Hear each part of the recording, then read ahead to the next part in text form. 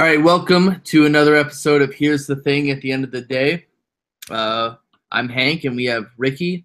And Ricky, what are we talking about on this fine Saturday afternoon/evening? Well, first of all, I'm probably going to start congratulating the Georgia Bulldogs. My mother a fan, and they're probably going to get into the football playoff. They're up 28-7 in the fourth quarter. Anywho, getting back into the swing of things. Basically, what we're going to do a recap of the Thursday night game against Dallas and Washington. Then we're going to talk about the Tennessee head coaching search, basically like our opinions on that. Did Tennessee, what do we think? All that stuff.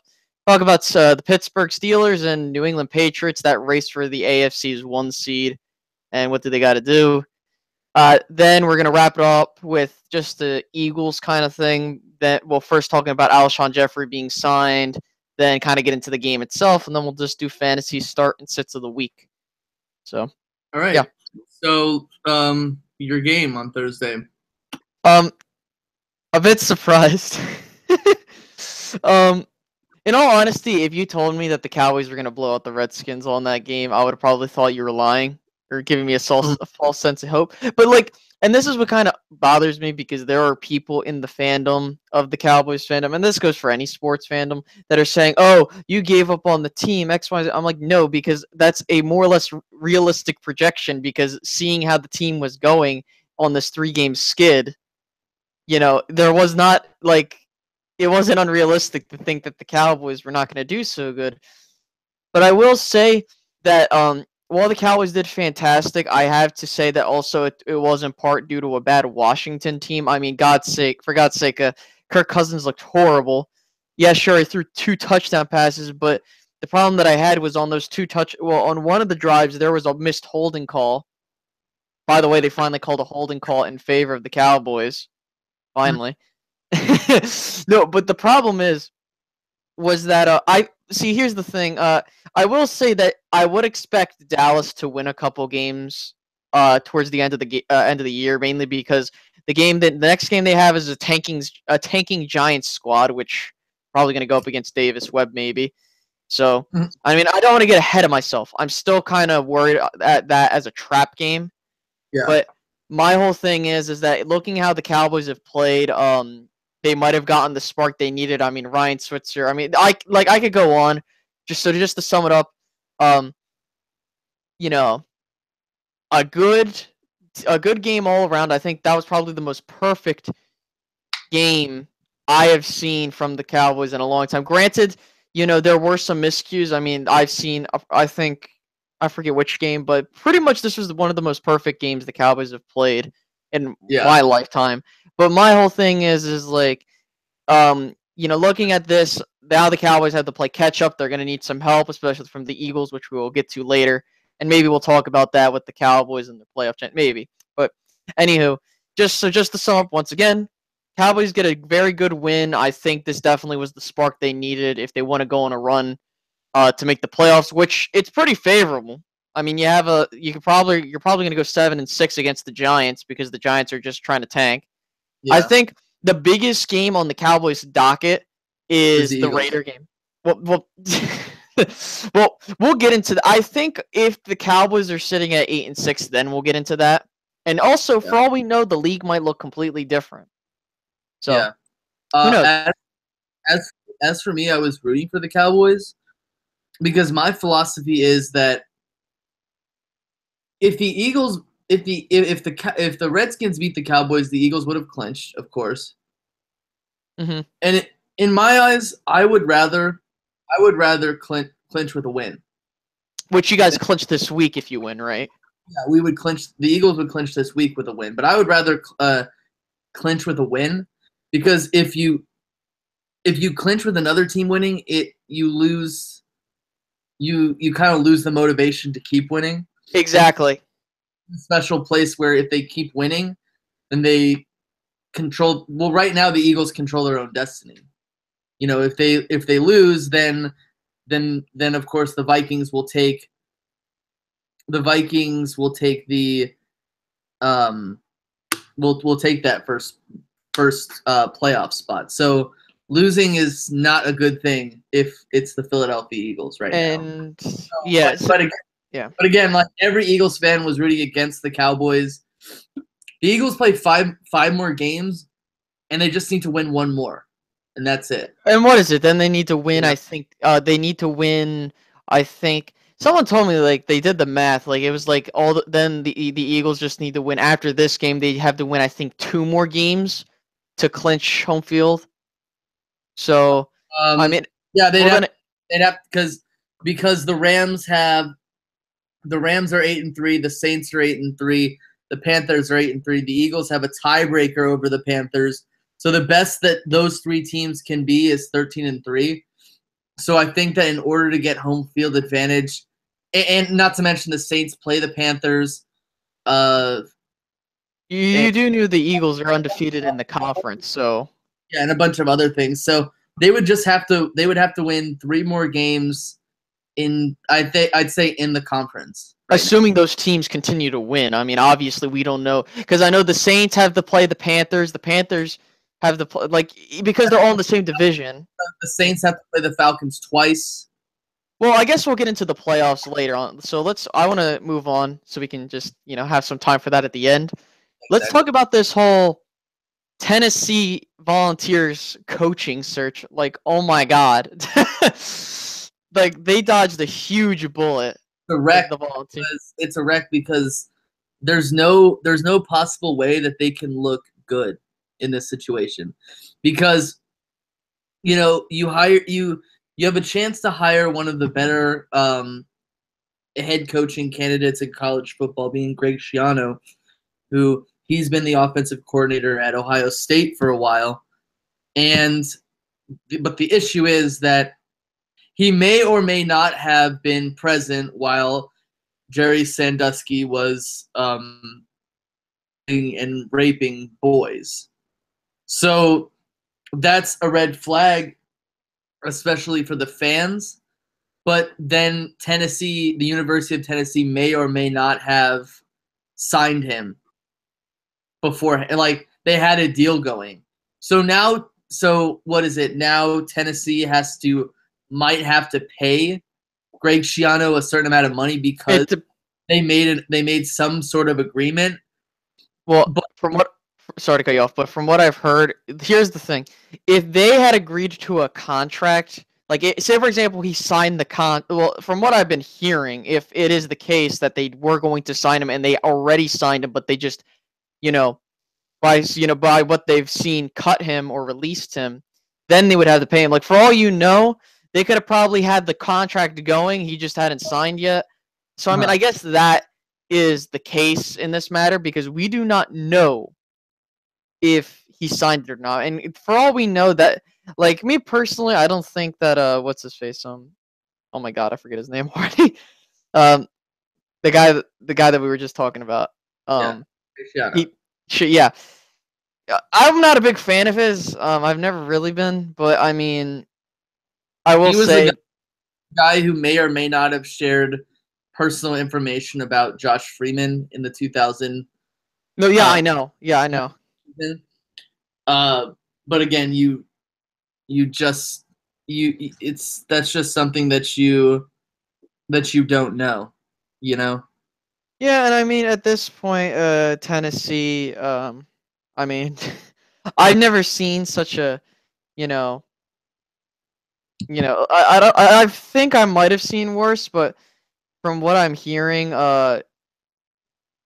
what's his name? I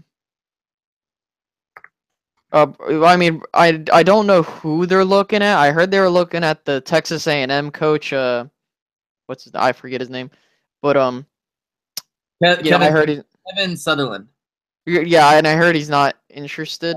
But then again, I mean, at this point, if I'm Tennessee, me personally, I would just, I mean, I don't know. I think that the issue is that the fans, the issue is that the fans have too many expectations because they were doing a lot of great things. They were like the powerhouse of the SEC in the 90s. But now they give a coach 2 or 3 years to try to build And if they don't win, then they get upset. But the issue is that maybe it's not the coach, maybe it's Tennessee. Even though they've had a slew of really bad apples like Lane Kiffin, who left Tennessee mid-season and to go and coach USC. It's rough for their fans because Tennessee is, in a sense, kind of like a storied, football college or football university. Mm-hmm. But I think that more or less they've kind of become like the Cleveland Browns in a sense that they're kind of snake bitten. Yeah, I don't know. Last year they were pretty decent. They were yeah. 7-5 last I year, forget the record. I don't really pay attention. Like, it's kind of hard. But the real issue is the fact that it teaches you that while the university did the right thing, now they kind of look bad because other head coaching candidates are going to look at the University of Tennessee and be like, well, if I coach there, then are they going to treat me well or what? Exactly, and that's the problem. Anyhow, Really. Yeah. So Moving on to the AFC playoff picture. So from what I've been seeing, there are two teams that are the front runners for home field advantage in the AFC, and those two teams play each other not this week, the following week. That being the Steelers and the Patriots. I believe they play in Pittsburgh, if I'm not mistaken. Oh, let me if they play in Pittsburgh, then that's a real advantage for the Steelers because the Steelers usually always play well at home, and they've only dropped. I'm sorry, I got that wrong. They play the Ravens, then they play the Patriots. So, okay. So that was a complete fault on my part. But then again, obviously the Steelers. I'm pretty sure if the Steelers win their next two games, they clinch the North. Yeah, they're kind of in the position the Eagles are in. The Ravens have 6 wins. The Cowboys have 6 wins. They have 2 losses. Yeah.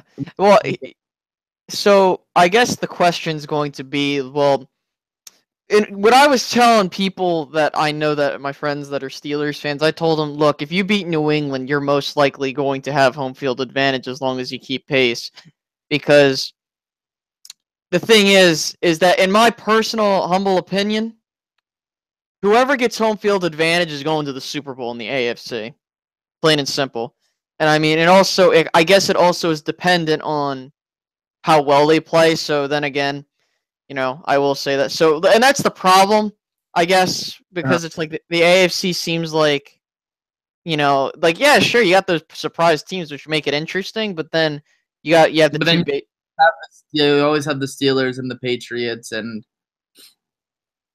it just seems like the Broncos, but then after Peyton Manning retired.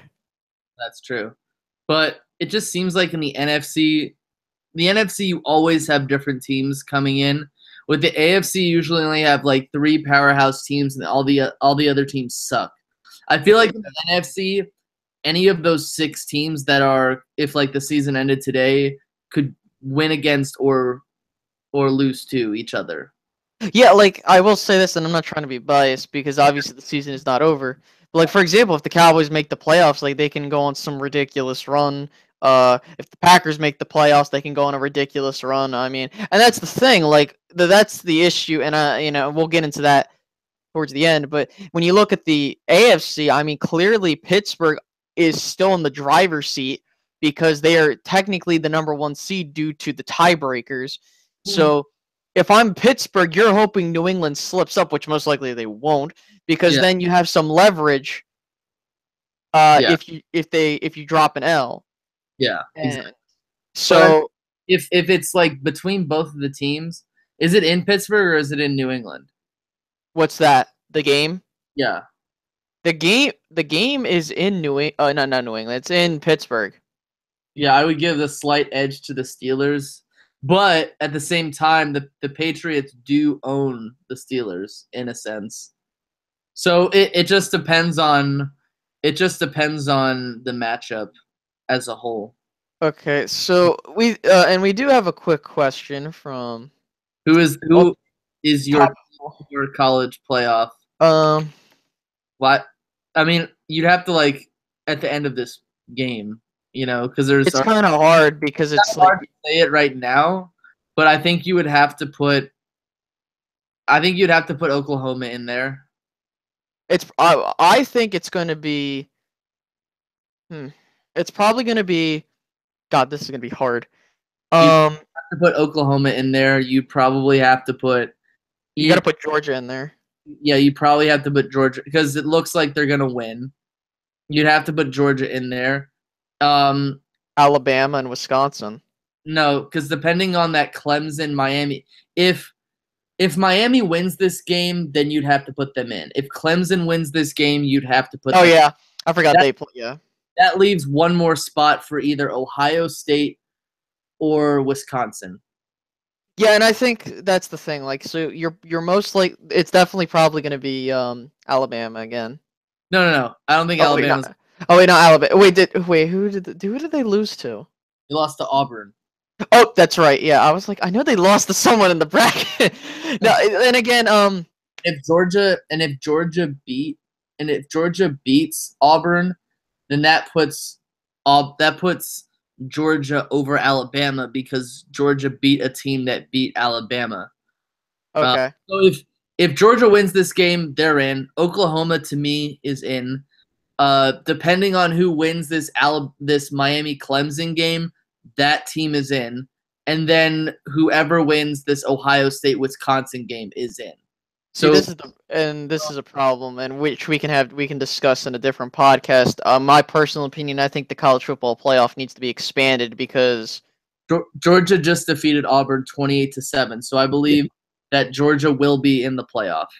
You have to put them in. I mean, you have to put them in, yeah. Because they won their conference and they beat the team that beat the Alabama team. So you have to put them in. You have to put Oklahoma in just because they were the number 3 team. And then really the 2 games tonight are telling games in who makes those other 2 spots. Clemson or Miami, one or the other, because both of them are 1-loss teams. One of them lost to Syracuse. The other one lost to Pittsburgh, which both of those teams had under 500 records. And then the other one is Wisconsin or Ohio State, which Wisconsin has been teetering off on not really like the number 5 team because they really hadn't beaten anyone besides Iowa. And then you would have Ohio State, which if they won their conference, they'd be a 2-loss team and you would have to put them in. But right now, Wisconsin hasn't really beaten anybody. But if they beat Ohio State, then they have beaten somebody.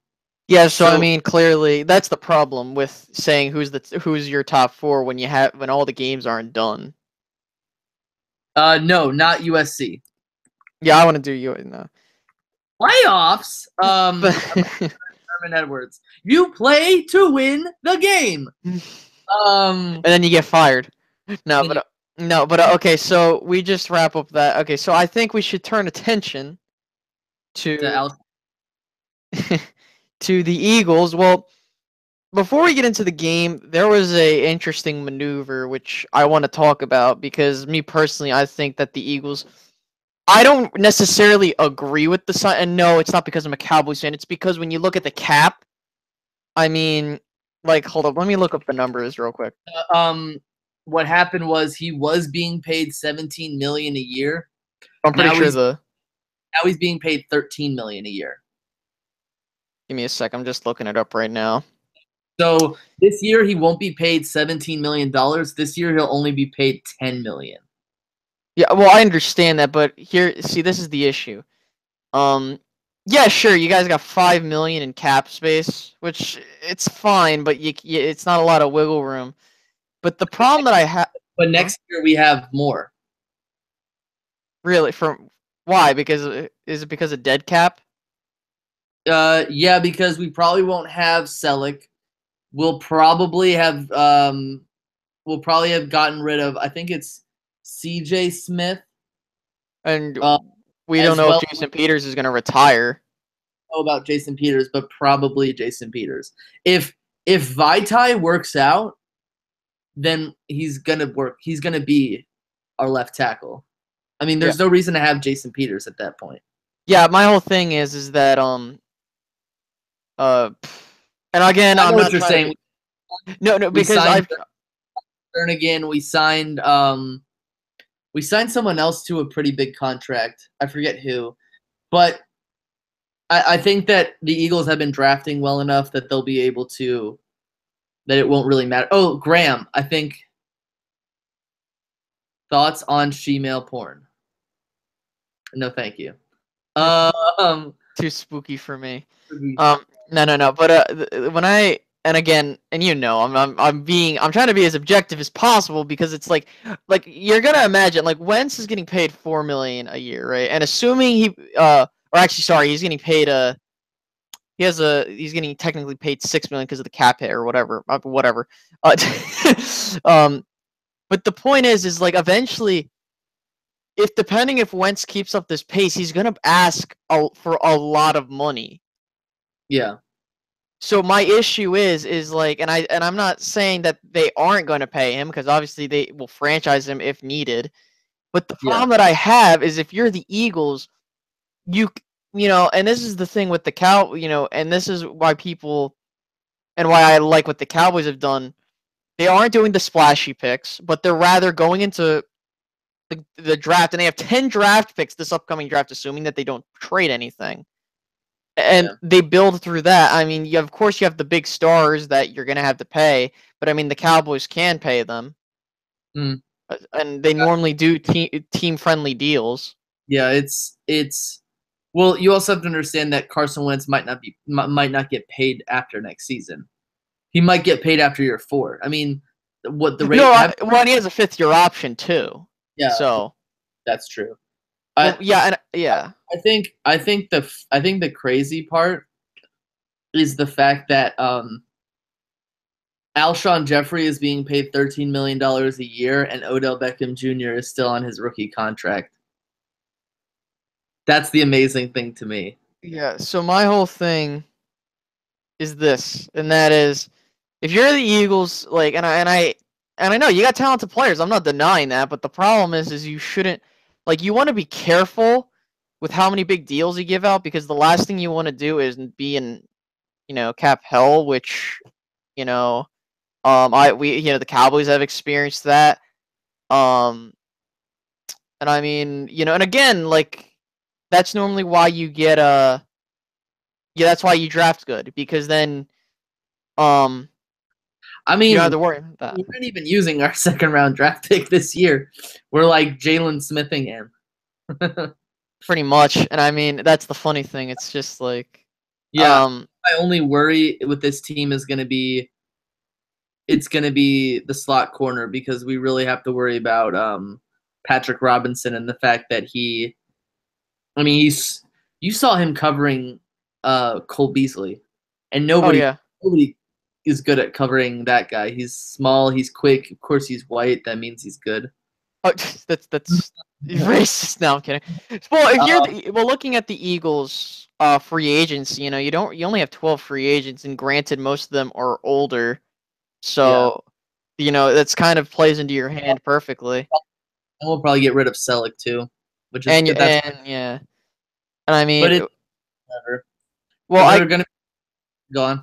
No, sorry to cut you off, but like I wanted to bring this up too. Like, are you a bit worried maybe that one of the coordinators? I'm not saying they will, because I doubt they will. I'm worried about losing Schwartz. I'm not as worried about losing Frank Reich, because the Eagles have kind of been grooming their quarterbacks coach, Dave Filippo. Mm-hmm. I mean, they blocked him from the Jets. The Jets wanted to make him their offensive coordinator, but the Eagles blocked Dave Filippo. I'm not as worried about Reich, because he doesn't even call the plays, I know. Isn't that Doug Peterson that calls the offensive plays? Doug Peterson calls all the plays. It pisses me off.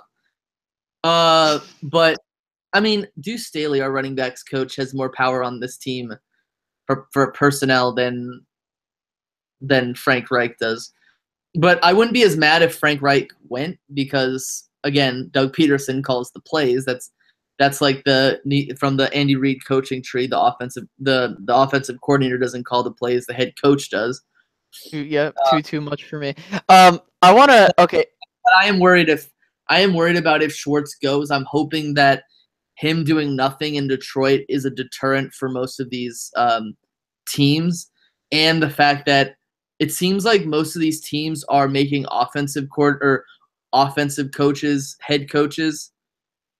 If you've kind of noticed, besides Denver and the Chargers, they were the two teams that made two defensive guys head coaches. But I'm just hoping that he stays because he doesn't have an heir right now yet. Yeah. Okay. So let's turn gears towards the actual game. For those that are unaware, Philadelphia will be playing Seattle in Seattle on Sunday Night Football, and this game. I hate Sunday Night Football. I hate Sunday Night Football because I like to get my games over after lunch. Yeah, exactly. Yeah, exactly.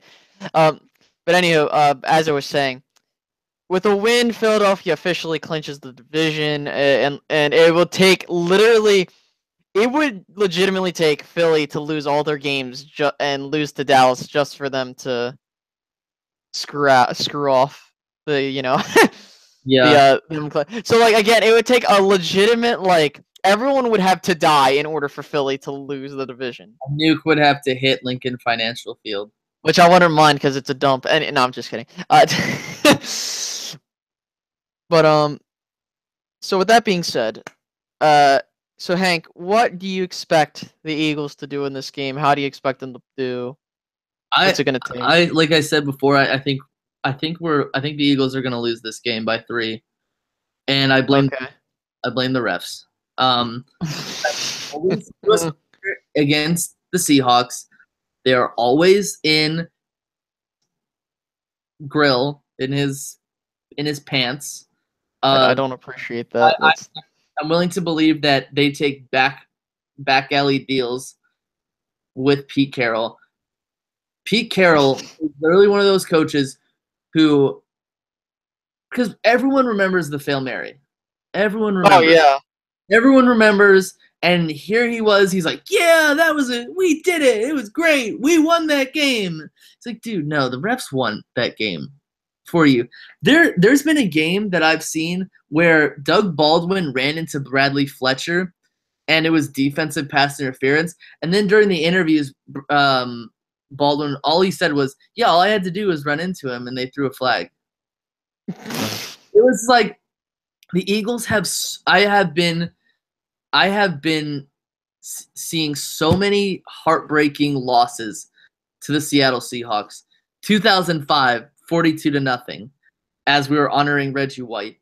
2007, AJ Feely throws 4 interceptions in a 28-24 interception walk-off loss. 2011, I mean, it wasn't even close. 2014, 24-14 at home, and then last year 25-16. Mm-hmm. I just have nightmares of this team, and it's not that I'm afraid of this team because I know what to expect. I just know that something fishy is going to happen. I really do think something fishy. Okay, now, but what are my keys to the Eagles beating the Seahawks? Is what you really want to hear? Yeah, that's what I asked you. My keys to victory of beating the Seahawks is, number one, when you're on offense, don't try to do too much. You know, if you get the first down, go to the ground, because in the last game against the Bears, there was a fumbling issue. You don't want to make mistakes deep in your own territory and deep in the Seahawks territory.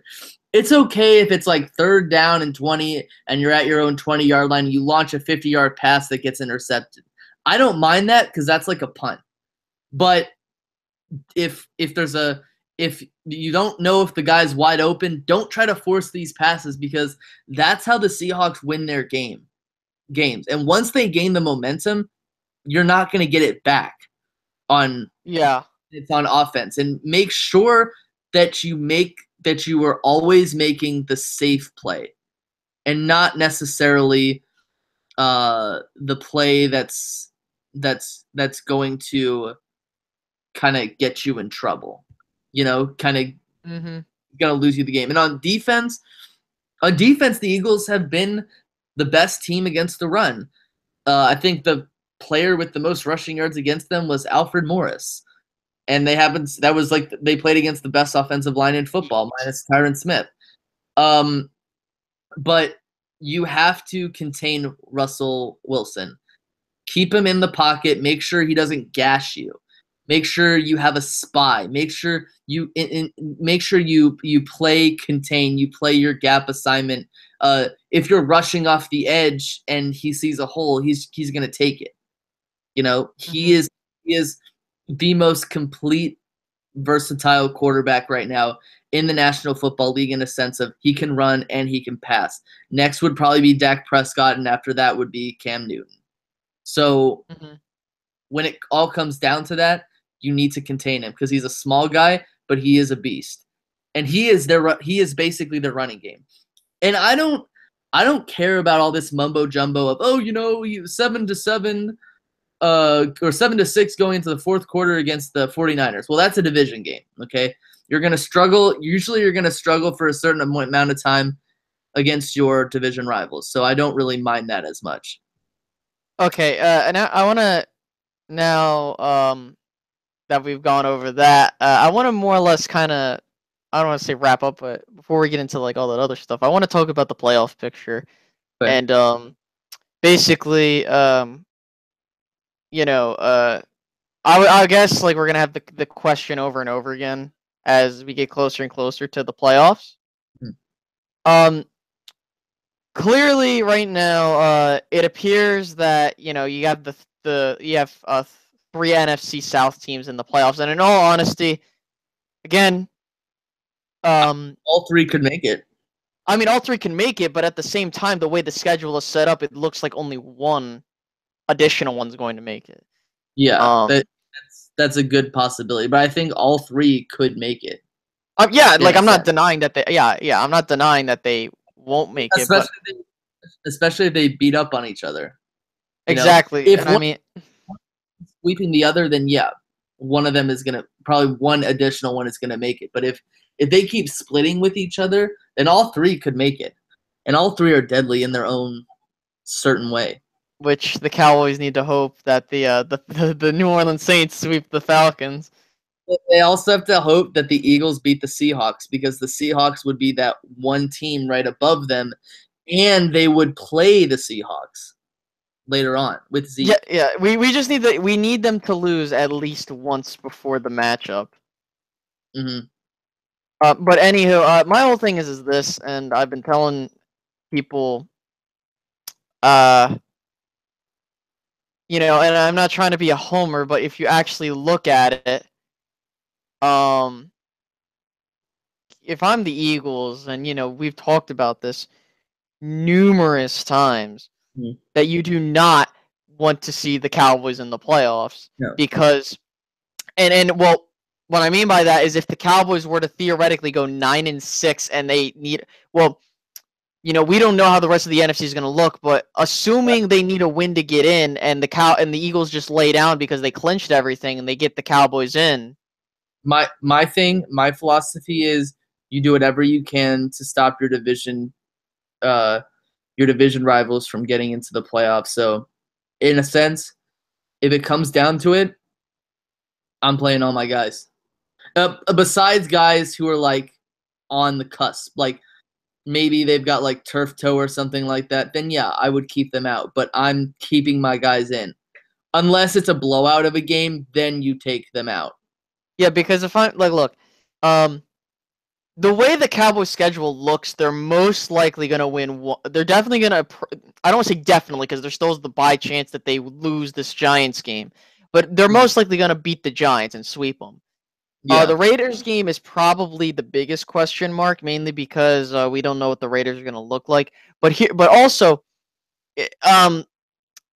you got to imagine if when Zeke comes back, he's going to get mad and he's going to ball out. Yeah. So if you're the Eagles, and again, looking at it from their perspective, like you said, I would want to make sure the Cowboys are not in the playoffs whatsoever. Yeah. Because, say for example, number one, you lie down, so you're resting your players, so you're gonna start cooling off, like how the Cowboys did last season. Granted, two completely different teams, but still, you cool off, and then you have a hot team like the Cowboys just blowing their way into the playoffs, and then you end up facing them again, and you have the risk of them losing because and I think this would be the funniest thing I would ever see. Imagine the Cowboys make the playoffs.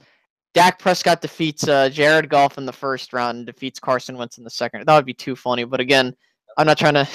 Yeah. I mean that like the most interesting thing. But again, like, and it sucks because it's like, this is such a fantastic season for the Eagles. Like I predicted, they were my dark horse along with the Bucks, but more the Eagles were my dark horse. Yeah. Right. And my issue is many, and I have fans here going like, "Oh, I want us to go 15-1," and I'm like, maybe you might not want to do that because I would want the Eagles to lose another game this year. like, Well, I don't want them to, but I wouldn't mind if if they went 14-2, I wouldn't mind if they lost another game. but the issue would be if that last game. The issue would be if that last game, like when they go, no, if they were. I'm not talking about that last. I'm talking about like maybe we lost to the Giants. No, I understand. No, I understand that. I completely got what you were saying. My thing was that you don't want to go 14-2, but that last loss coming at the last game of the season when you're resting people, because imagine, for all you know, the Cowboys could, like, even if that game meant something, for all you know, the Cowboys are probably still going to win that game depending on how they are playing going into the game. Yeah. And so, I mean, who knows? I mean, it's all speculation. I don't want to get ahead of myself, but, again, the Cowboys have a pretty favorable schedule. They just need the help of some teams, which, they make the wild card. It takes the right schedule, right timing, and, we'll see what happens. And I mean, if you're the Eagles, you just got to hope that you don't start resting players, because the last thing you want to do is, have like 3 or 2 games left, assuming some teams start losing. Yeah. Like have 3 games left, and they mean nothing. And you also never know what the Packers are going to do either. Yeah, for all we. Well, I will say, if they lose the Tampa Bay, yeah, it's over. It's over for them. Yeah. All right, so let's discuss our fantasy starts and sits. Not a problem. Just give me 1 second to pull up my list. Sits. All right. Let's start with quarterback. Let's start with quarterback. I'm gonna say start Phillip Rivers. He's been a good start all season, basically. Mm-hmm. He's good for 2 or 3 touchdowns, over 300 yards a game. I say you start Phillip Rivers. And I would say sit Matt Ryan. Okay.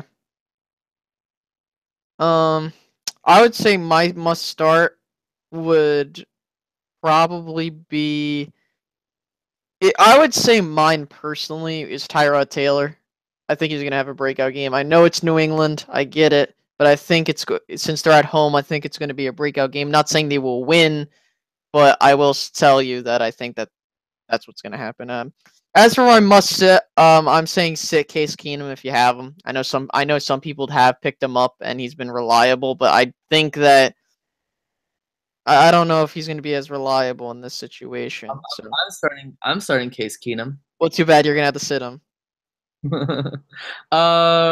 Running backs, I would say start. I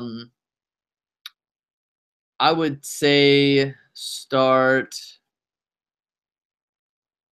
Who's the guy? Who's the Browns running back? There's Isaiah Crowell. Start Isaiah Crowell. Okay. And oh no, actually sit or start Leonard Fournette, and you should sit Carlos Hyde. Okay. I could see that. My personal must start at running back is I think is to pronounce it. It's Kenyon Drake of the Miami Dolphins. I'm starting him in one of my leagues. If he's out there in your waiver wire, pick him up. Mainly because the two other backs are injured, and he looks to be the featured guy going up against Denver. So I would pick him up. If My must. you're happy you know it, try again. Exactly. All right, keep going. Um, Or you could start Melvin Gordon. or you could just die, but no, I'm just kidding. No, my must sit is Jerick McKinnon. At this point, if you here's my rule of thumb: if you're in a PPR league, definitely have Jerick McKinnon and start him. But Yeah. if you are in a standard league, because I'm in both, then don't start him. So. Okay. All right. Wide receiver. Wide receivers. Start Julio, because I mean I said not to start Matt Ryan, but Julio. Julio. Julio. He's getting hot. Start Julio, and I would say to sit.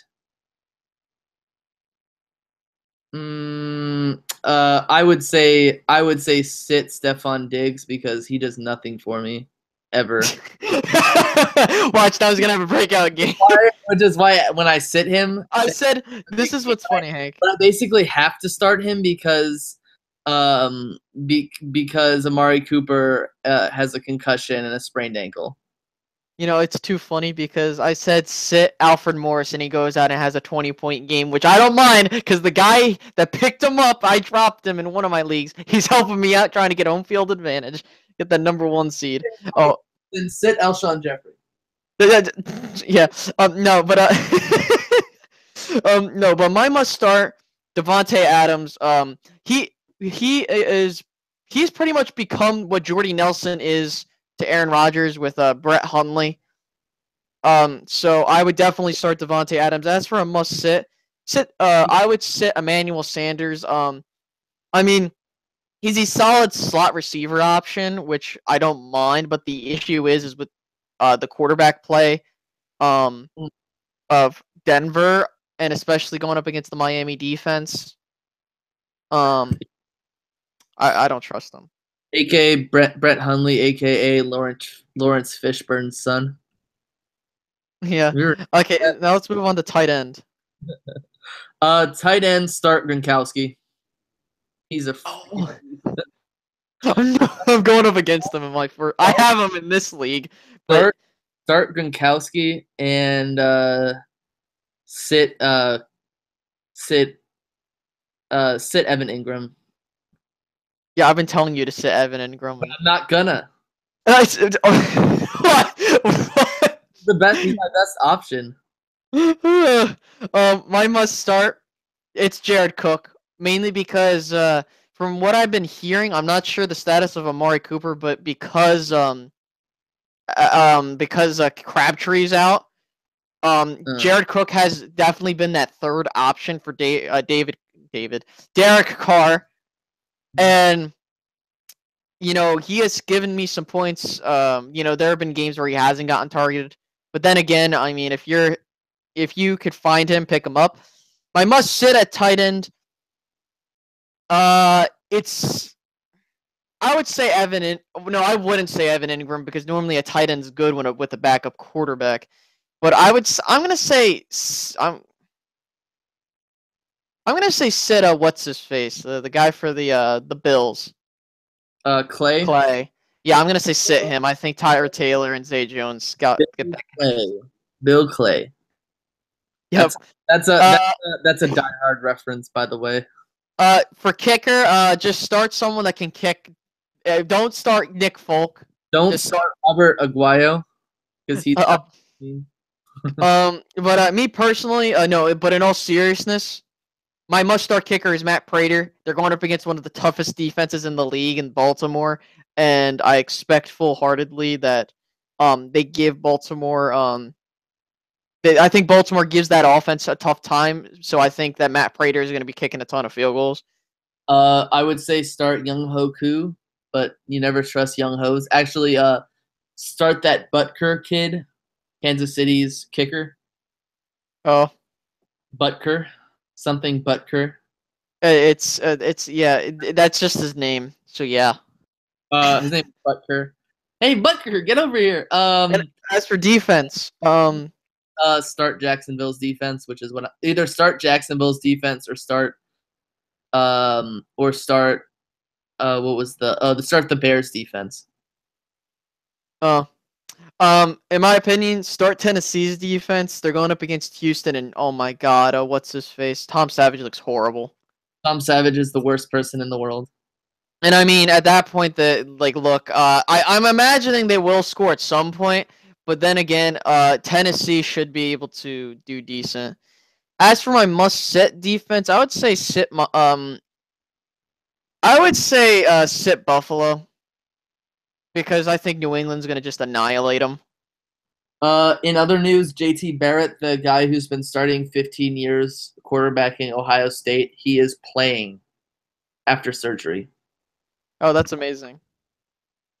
He's been playing at Ohio State longer than he's been playing quarterback at Ohio State longer than Eli Manning's quarterback starting streak. Lols. Yeah. That's all we have. Yeah. So again, before we finish up, make sure you like, subscribe, because again, it's literally the click of a button. But then again, we're Americans, so we're all lazy. Then again, it's not just a click of a button; it's life. Yeah, exactly. Yep. Yep. Make sure to check out the Facebook page. We got stuff over there. And then I'm trying to think. Yeah, just enjoy Sunday. Go every single team that the Cowboys need to win, including the Philadelphia Eagles. Including the Eagles. Because I swear to God, if the Eagles lose tonight, I'm gonna be so mad.